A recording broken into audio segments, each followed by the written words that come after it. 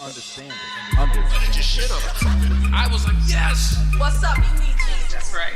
That's right. I can barely hear myself, my friend. Okay, Genie. Oh, there it is. Minutes on the clock. Ooh. Ooh. Wow. Wow.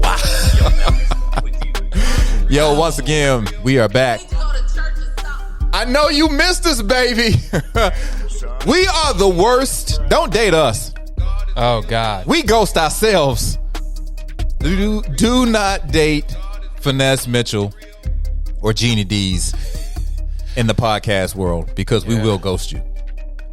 I bet that's the worst part of dating sometimes, getting like ghosted or just falling off the earth. I didn't realize I was ghosting so many people back in the day. Were you a ghoster? Bruh, I didn't even know the term. I didn't think it had a term. But you were doing it?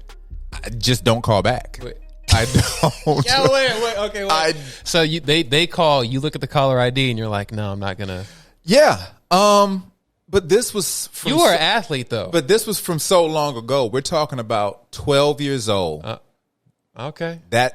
I'm Really? telling you, bro. My middle school was so active on the social scene. Who was dating who? Oh, wow. So we're talking about 6th, 7th, and 8th grade. It started that young for me. So I don't care when any parent out there is out there talking about, but she's only 12. We're like, hey, do you really think that things went backwards or they even sped up even faster with this technology? So I always tell people, yeah, 12, 13, I was a monster.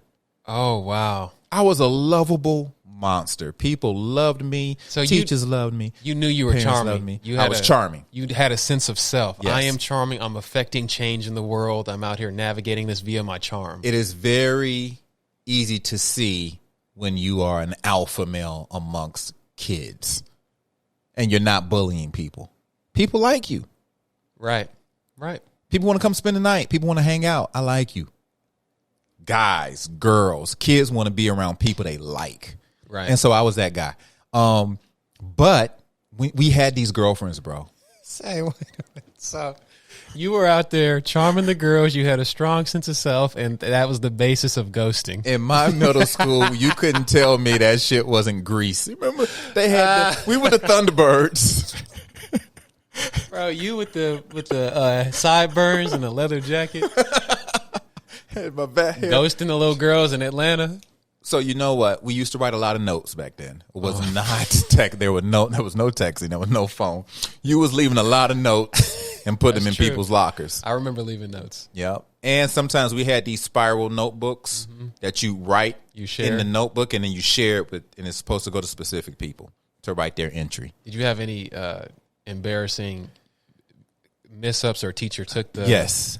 I shit you not. I don't even know how you answered this question because I have suppressed this thing This for a long is time. repressed trauma coming out right now. You know what?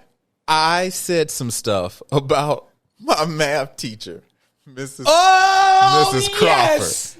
And I wrote it down in this book, bro. In the book, and she saw the book. It's a math class. So she like, why are you writing? You know what I mean? Like you writing. Yeah, that's are you not doing formulas. Those yeah, are, that's you're not adding and subtracting because that's how dumb I was in 7th, 8th grade. No I was one does doing, math I was like doing this. addition. Yeah, I was writing, and she was like, "Yeah, that can't be for this class. Bring me the book." I said, "Excuse me." She said, "Bring me the entire spiral notebook," and I did that whole little Duval. Excuse me. Say what? I did that. Excuse me. You know, I was just like, I was stalling. I did not know what to do. I had literally just wrote, her breath stank so bad. Oh, man. You know, it was one of those moments for me where I was going in on my math teacher. This is epic. And she wanted the book. And so at the last minute, I did what anybody would have done. What's that? I ate paper. I ripped that shit out and I put it in my mouth. I felt like I had no choice. That was the only way. I do commend that. That's a brilliant way out of that situation. You know what? Part of me was like, rip it out, run out of the room. She's not going to chase me. But then go get rid of it, right? Flush it in the... But I was like, that's just too much. So my dumb ass ate paper in front of the whole classroom. Oh my God. And I tried to chew it. And it got to the point where it was just a wet thing. And she was like, spit it out. And she put it on a piece of paper and she took that ball and she left it on her desk. Hopefully it was destroyed enough. I think she opened that shit back up. Now I don't remember, but I do remember like I couldn't get the ball back. But she had a look like, I'm gonna open this shit up. I'm gonna figure out what you're writing. You were writing something. Yeah. You know what I thought you were gonna say? I thought you were writing something sexual, like a crush or Everything was in the book. Oh, there was stuff. I wasn't ashamed of the sex stuff in the book and who we like and what's this and that. But for some reason I was really ashamed of shitting on her. You know, just yeah. And I knew that's how talented you were at roasting and shitting on people as a kid. You were ashamed of how good you were. Bruh. She can't see this. She can't see. It was that bad. I was like, she can't see this. So Wow. I don't know if your life always has been a sitcom. You just take what happens in life and put it on paper. Put it on paper. I was the kid that one day you get the boner in class and literally, Alfred, you want to go to the board and tell? No, I don't. Nightmare. Well, it wasn't a suggestion. I need you to go up to the board, and I don't know the answer. It's not a problem. Come work it out. Yeah, just we're all here. We're gonna get it. And I'm literally saying, go down, go down, go down, go down. Baseball, baseball, baseball. Hemorrhoids, hemorrhoids, hemorrhoids. What are you saying? Family Feud. Naked grandma. That's the worst. I didn't know it was called ghosting, bro. It was literally like, I don't like you anymore in that way. We can be cool, but I definitely like your friend. And we were all, it was like a 10 on their side, 10 on our side. It was you know what I mean? The it kids right. And I'm sorry to say that I thought I was one of them it kids, you know, but at the time it was glorious. You know, we was young, man. I assumed when we brought up ghosting, I was like, yeah, you're an athlete. You're on a star team at the university. You're a celebrity on campus when you're an athlete, you know. But this precedes that. Yeah. This is like this all shaped who I got to be in college. It all had. The only thing that happened that put a cherry on top of this brilliantly crafted sundae that was made with such care was I started calling myself Finesse. That's all I was missing. That hits, man. That's all that was missing. That hits. I went to Finesse Mitchell, and I'm at the University of Miami, and people are literally calling me Finesse Mitchell. And when my mother comes to visit me in December and she's looking for Alfred, no one knows who the fuck she's talking about. Yeah. She described me. Yeah. He's a Kappa. Yeah. That sounds like Finesse. You know what? He does say that sometimes. Oh, you want Finesse? Please tell me that man government name is Alfred. Is his name Alfred? Oh my God. Can't believe we never talked about this. I can't believe we never talked about this. I was not going to be on the University of Miami's football team and sit in that locker room and tell them dudes from Florida and Texas that they was looking at Alfred. No. Yo, so wait. So does your mom not refer to you as Finesse? She calls me Finesse. She does call you Finesse. Yeah. Because when I go home, just went home last week, Eugene. That's what they know. Right. From right. people from middle school and high school. Now my brother calls me my government, but does anybody outright not call you Finesse? Yeah. My brother calls me Alfred, and my best friend calls me Alfred. One of my best friends in Atlanta. Grew up with her since 6th grade. Right. And everybody else, like my closest guy friends. Right.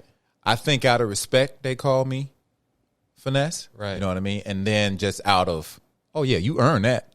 Because they seen what I've done with myself. Right. You know what I mean? Right. Want to be called? You know, there's always that one dude. Mama named him Clay. I'm going to call him Clay. There's always that guy. There's always that guy. Yeah. Everybody's got one. Everybody got that dude and they click, you know. Wow, so that was or that girl. You know what I hate, bro? People, I hate this. It's social media. It doesn't give you brownie points to call me my government on social media, just to let the other people know. But I've known them since. Yeah, you got to correct that. You're not even doing that with the right intention. That's no bueno. You're doing it because everybody else, you've seen 50 finesses in a row, so you want to be the one to say Alfred. You know, that's just like calling Jamie Foxx. Mm-hmm.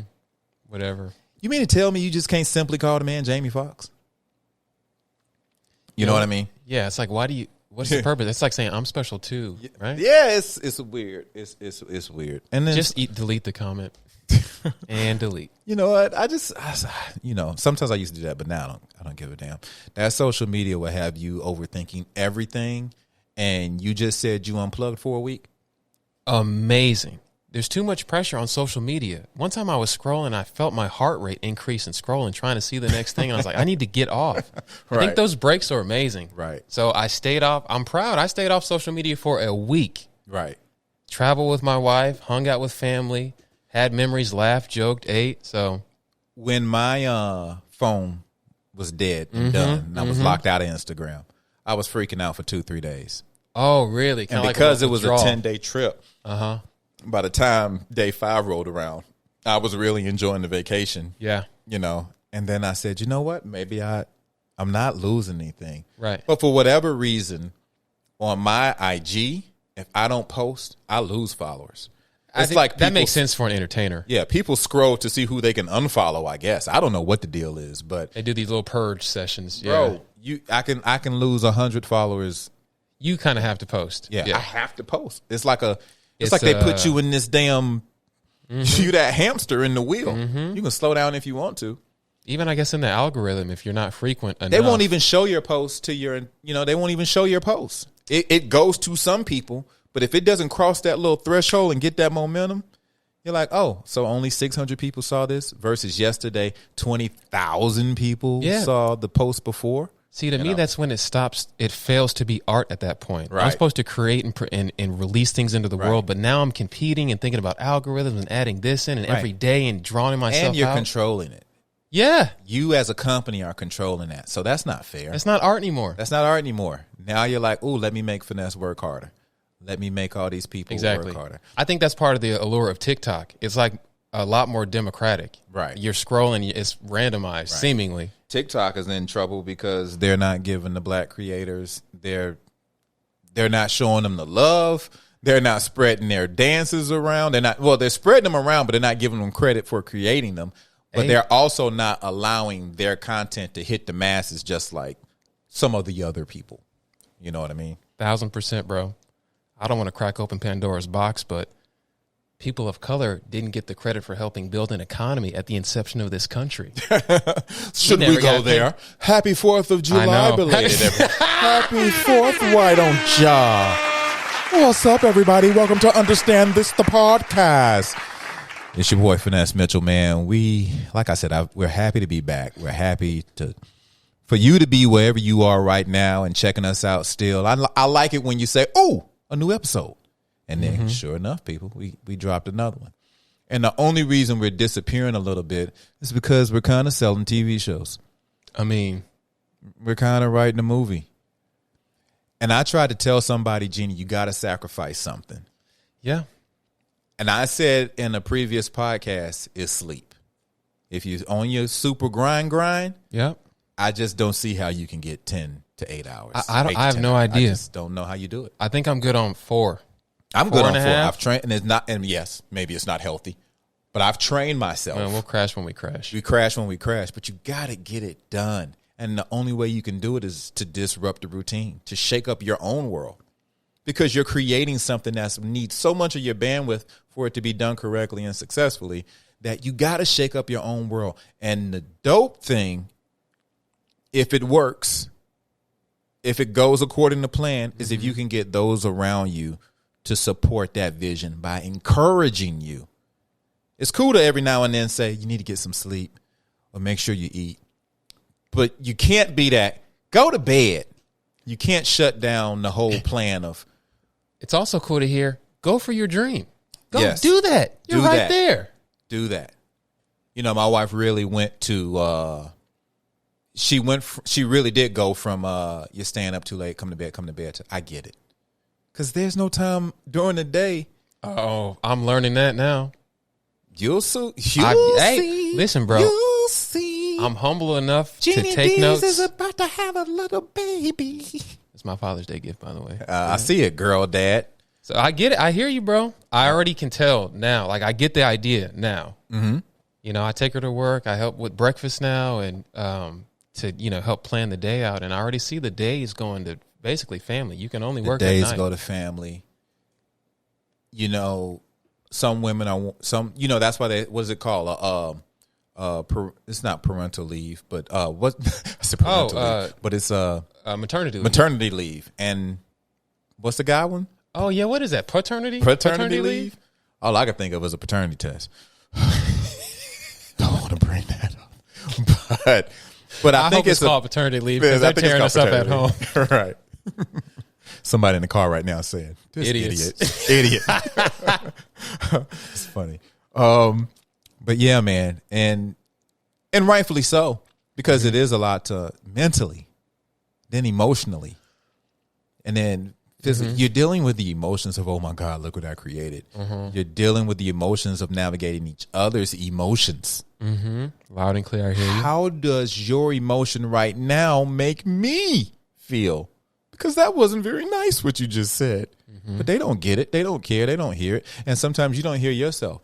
Hey, I know who ain't about to change a diaper right now. I got to make this call. Like there's some stuff. 9 times out of 10, it's a lot of times it's the women who are saying baby, family, children first. They're first, second, third, fourth, and fifth. And oh, by the way, go make money. Oh, by the way, go create and be and be great. And by the way, it's hilarious. Oh, and by the way.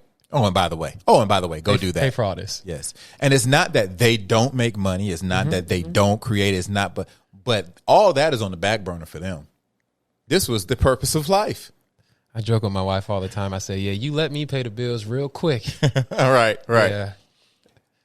It's not a slight on anyone who's like, that sounds a little chaotic. No, archaic. But no, it's not. It's life.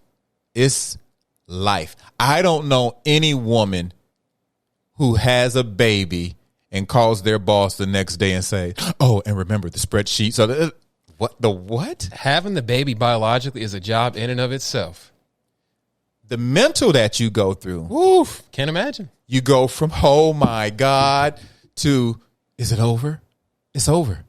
Wait a minute, the baby is not in me anymore. Now the baby is in my arms.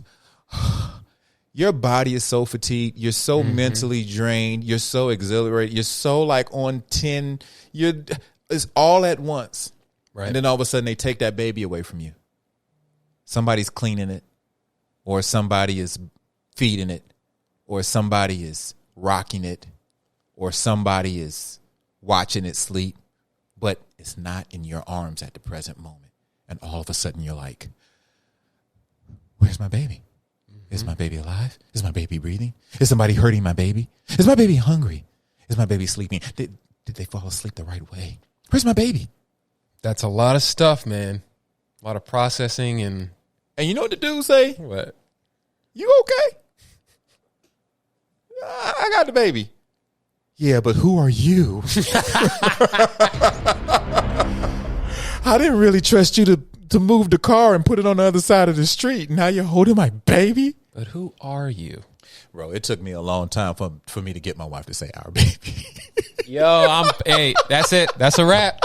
It's been a good show. I'm playing. Well, that's funny. Hey, man. This is our baby, you know. Hey, let me tell you something about my child. Our child. Hey, but do you get the opposite though? Do you get your daughter's acting up all the time? I thought it was our baby. Go get yes. You better go get your child. Oh, now she mine. Now like she this mine. morning, it was our problem. Yeah. Oh no, yesterday was your baby. Yeah. Yeah. But at the recital, it was your child. But when she's in trouble, it's mine. Okay. Yo, man. On a different note, me and my wife, we almost felt like we had to go do battle together because, and it's great to have these moments when you team up and you're on the same team. You know, because COVID had us. You know what I mean? Sometimes it was you against her, and hey, probably a lot of folks. Yeah. And that's normal. That's normal, especially if you're quarantining, right? But then when you're able to like join forces. So our daughter comes home one day and says, you know, Mr. Joe is pushing me on the swing, and he pushes me really high. This is coming from summer camp. And we're like, who's Mr. Joe? Well, Mr. Joe is the guy who pushes me on the swing. And we play cops and robbers, and he's usually the robber. And I'm like, who's Mr. Joe? I've never heard of Mr. Joe. Well, he works at summer camp. Same school she goes to, not summer camp. And I'm like, oh, okay. Well, I got to look into that. Mr. Joe. Babe, have you heard of Mr. Joe? No, I haven't heard of Mr. Joe. So we go to the school, the camp the next day. Sure enough, there he is. And there's this like 17, 18-year-old Mr. Joe running around. And we're like, who the hell is that? So this may be wrong, but I just felt some sort of way about a guy. It could have been a woman, I'm sure, or a girl. I would have felt totally different. I know me. Hey, I would have felt totally different. Yep. So I'm putting it out there for everybody listening. I felt some sort of way about a 17, 18-year-old boy, dude, pushing my daughter on the swing. I don't know you. Who are you? I get it. And I agree. Where was the notification? Who is this guy? So my wife talks to the head person in charge about it, and she says all the wrong things. Got extremely defensive. Oh no. I've known his family and him for forever. He's an alumni. He went here. And my wife was like, this shit stops at 5th grade. He 18 now. You don't know what that boy been doing? What that mean? He an alumni. Oh, you know him? Cool. Right. Cool. But you know his family and you're vouching for him. All right, have a seat. Meanwhile, a month ago, when I asked you if you needed help, my mother could volunteer if you need help with the TOT Center. You said, no, because of COVID, we're not doing that. So who is Mr. Joe? You just totally changed your rule. You definitely didn't follow protocol. And the only thing that's changed is the season. You really lighten him up. So listen, my wife is having this conversation, and the lady at the end says, well, because my wife makes that move. Well, if we have to pull our daughter out of summer camp because played the card. Yes. And played the Uno card. But guess what she played? Oh, no. She played reverse Uno? She played reverse. Boom. Well, let me know if you want your money back, and I will get you your money back. Yo. Because basically, I'm doing the hiring here. You know, that's basically what she said. Yo. So my wife said, you know what, babe? I'm shook. I said, you shook? She said, I'm shook right now. Look at me. And I said, oh, so that didn't go well. What happened? So she tells me. And then she's like, you need to go talk to her. Anytime my wife is like, your turn, I already know where she's at. So my wife can't even be in the same room with this woman anymore. So now I'm like, you know what? I also have a problem with Mr. Joe. With Mr. Joe. So let me go up there. And I express to the woman. And basically, bro, I basically hit her with the Bill Cosby analogy from the Cosby Show of Vanessa bringing home Dabness. And I don't know if you remember the episode when Vanessa brought home an older dude named Dabness and said she was engaged. Man, Claire and Cliff lost their damn mind. Right. And the bad part about the episode is when Cliff got to know Dabness, he loved him. Had the fancy tool belt. He knew how to fix appliances. They had everything in common. That's a great story, yeah. And Cliff was like, I like Dabness. But he had to get to know him. And when he sat in front of Vanessa and Dabness, and they felt the tension to the point, because you know Claire gonna speak her mind. Mm-hmm. Claire's still speaking her mind. What up, Felicia? She sure is. What up, Felicia? That's another you can topic. Call me Dean. That's another topic. Yeah, it sure is. She trying to. Right. Topic. That's another topic. But anyway, to me, and I know I'm taking this a long way, but that episode ended with, Dabness, I like you. But say you like steak. Say we put the steak on nice. You know what I'm saying? Yeah.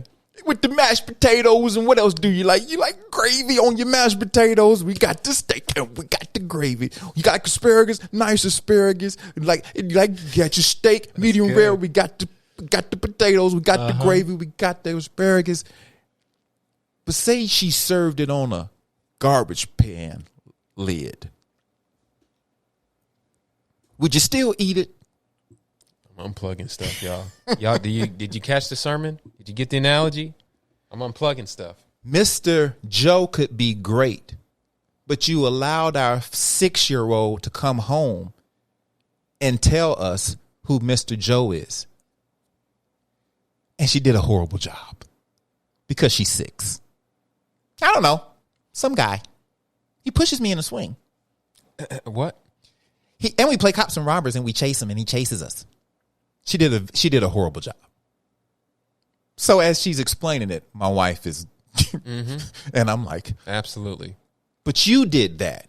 You left that responsibility to the children because you send 10 emails a day about God knows what, but you didn't think to say, hey, there's a new person who's a guy, who's a boy, who's a teenager at that with no credentials, none other than I know him.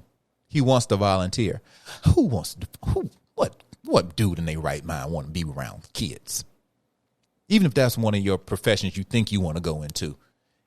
It's not luggage you're watching. It's people's kids. So if he pushes a child too high on the swing and something happens, you're liable. If he chases somebody and they fall and they twist their ankle, you're liable. Because who is this guy? 1,000%. So you laid this analogy, the Cosby analogy, What? there in the office. I said you broke your own protocol because the only thing that changed was the season. It's still the same school, and you went from educational to recreational. That's the only difference. You still have the same protocols in place, and you didn't follow them. How can you make me feel better? I'm going to send an email tomorrow, a lengthy email of introducing Mr. Joe to the entire community so people know who he is. And then if you want to come and meet him, I will set that up and we can meet him on campus before camp even starts or after campus. But I will set that up upon your request because you're absolutely right. And I apologize for not handling the situation correctly with your wife because I'm having it was just a bad moment for me. And I could go into detail with that, but I won't. Okay. Good, sir. Just a touche to you. Because what's the alternative? Angry black man? See, look at the Cosby Show. Still fixing stuff. Still fixing stuff. Say what you want. No. Say what you want. No, bro.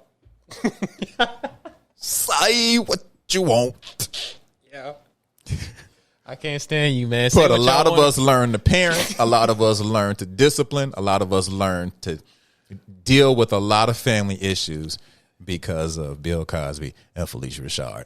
And that's just what it is. That being said, Bill, you creepy. Creepy ass creepy. You had all that damn money and you drugging people. And you can't convince me Camille ain't in on it. Because how you drug that many people and the wife don't know nothing. She's smart too. She just as smart as he is. Anyway, like I said, that's a whole nother episode. Hey, anyway, rate, review, and subscribe. Anyway. Send your hate mail and cancel letters to Jeannie D's at understandthispodcast.com. Stand you, bro. Hey, man, we want to thank you guys for supporting us. It was another episode. We hope you enjoyed it. Stop being creepy, Bill. You got off on a technicality, my brother.